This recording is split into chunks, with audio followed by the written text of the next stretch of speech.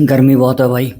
खैर, बात करते हैं सुपरमैन के एक और नए ट्रेलर की। आते ही जो भाई इसे क्रिटिसिज्म मिला है, मैं सोशल मीडिया पे देख रहा हूँ बहुत ज्यादा क्रिटिसाइज किया जा रहा है इसे। अब इसका ब्रेक डाउन रिव्यू तो आपको यूट्यूब पे देखने को मिल जाएंगे, और मैं यहाँ पे बात करूंगा क्या ये नया सुपरमैन इतनी हेट डिजर्व करता है जो इसे मिल रही है।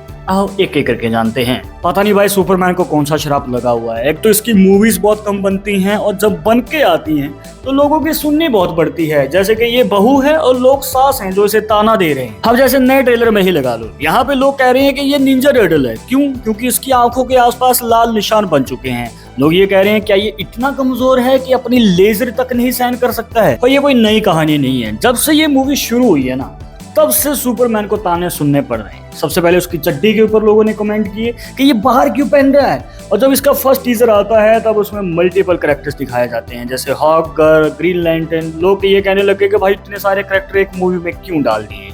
और फिर एक छोटी सी क्लिप रिलीज की जाती है जिसमें सुपरमैन चिल्ला रहा होता है दर्द के बारे में। तो लोग ये कह रहे हैं क्या ये इतना कमजोर है, ये नाजुक कली क्यों बना दिया सुपरमैन को।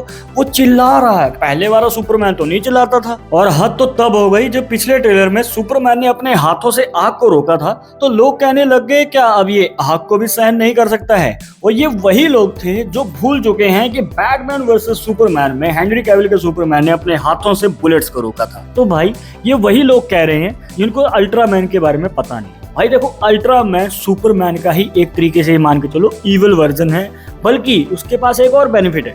सुपरमैन क्रिप्टोनाइट से कमजोर हो जाता है, वो और भी ज्यादा पावरफुल हो जाता है क्रिप्टोनाइट से। बल्कि इस नए ट्रेलर में भी एक छोटा सा सीन देखने को मिलता है जहां पे अल्ट्रामैन लेजर से सुपरमैन के ऊपर हमला कर रहा है। अब यहाँ पे भाई अगर आप ध्यान से देखोगे तो अल्ट्रामैन के बाल खुले हुए मिलेंगे। बाकी पुराने टीजर्स में और फोटोज में आपने देखा होगा कि उसका चेहरा ढका हुआ था।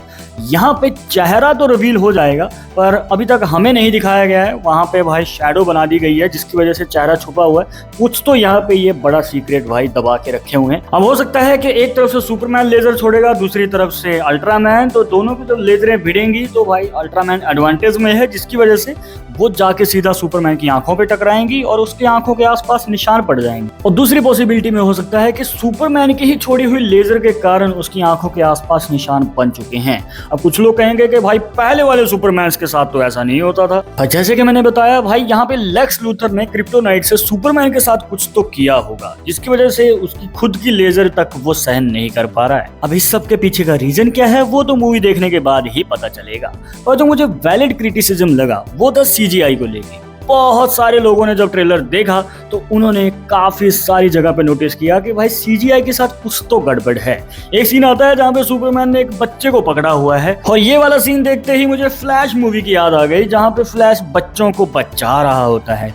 और वहां पे जो सीजीआई था, यहाँ पे जो सीजीआई है, एक जैसा फील हो रहा है। और दूसरी जगह पे जहाँ पे सुपरमैन उड़ रहा होता है तो भाई वहां पे भी थोड़ी सी गड़बड़ नजर आती है।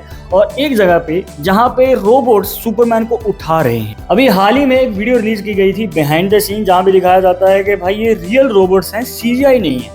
और इस वाले शॉट में सीजीआई जैसा ही लग रहा है, और वो जो सीजीआई है थोड़ा ऊपर नीचे है। अब देखो यहाँ पे दो बातें हो सकती हैं, या तो सच में इस मूवी का सीजीआई ऐसा ही होने वाला है, या फिर दूसरा, यहाँ पे अभी हाल ही में रिपोर्ट्स निकल के आई थी कि जेम्स गन ने 10 जून से पहले यहाँ पे इस मूवी का आखिरी ड्राफ्ट ऊपर भेजा है कि भाई अभी कंप्लीट हुई है मूवी। तो हो सकता है कि कंप्लीट होने से पहले इस ट्रेलर को कट किया गया हो, इसको एडिट किया गया हो, तब तक इसका भाई सीजीआई फिनिश नहीं किया गया था। तो हमें जो देखने को मिला है वो फिनिश प्रोडक्ट नहीं है। तो हो सकता है मूवी में हमें एक रिफाइंड और बढ़िया सीजीआई देखने को मिले। अब देखो, हेनरी कैविल के सुपरमैन के लिए फुल रिस्पेक्ट है, और हमेशा हमारे लिए वो सुपरमैन रहने वाला है, क्योंकि बचपन में जो हमने सुपरमैन देखा था वो गॉड लेवल सुपरमैन। और जैक स्नाइडर के लिए भी रिस्पेक्ट है, क्योंकि भाई उन्होंने इतनी खतरनाक मूवी जो बनाई है। पर इस बात को भी याद रखना जरूरी है कि उन्होंने सिर्फ डायरेक्ट किया था, और उस मूवी की स्टोरी क्रिस्टोफर नोलन ने लिखी थी। अगर आपको नहीं पता था तो जाके क्रेडिट्स चेक कर लेना। पर अभी जो हम नए सुपरमैन की मूवी देखने वाले हैं, इस मूवी को खुद जेम्स गन ने ही लिखा है, और वो डायरेक्ट भी कर रहे हैं। और अगर आपने जेम्स गन की पहली वाली मूवीज देखी हैं, जैसे गार्डियंस ऑफ द गैलेक्सी के तीनों पार्ट, सुसाइड स्क्वाड और पीसमेकर का सीजन 1 और अब 2 आने वाला है, तो भाई इस बंदे की राइटिंग आपको पता है कितनी स्ट्रांग होती है। मल्टीपल कैरेक्टर्स को दिखाना और फिर उनको फुल स्क्रीन टाइम भी देना, कॉमेडी के साथ इमोशनल टच दिखाना, भाई जेम्स गन अच्छी तरीके से जानते हैं। अब देखो, उनके ऊपर विश्वास है आई होप कि ये विश्वास बना रहेगा। और मैंने इस ट्रेलर को दोनों ही लैंग्वेज में देखा, इंग्लिश और हिंदी, और कहना पड़ेगा भाई हिंदी डबिंग बहुत बढ़िया की गई है।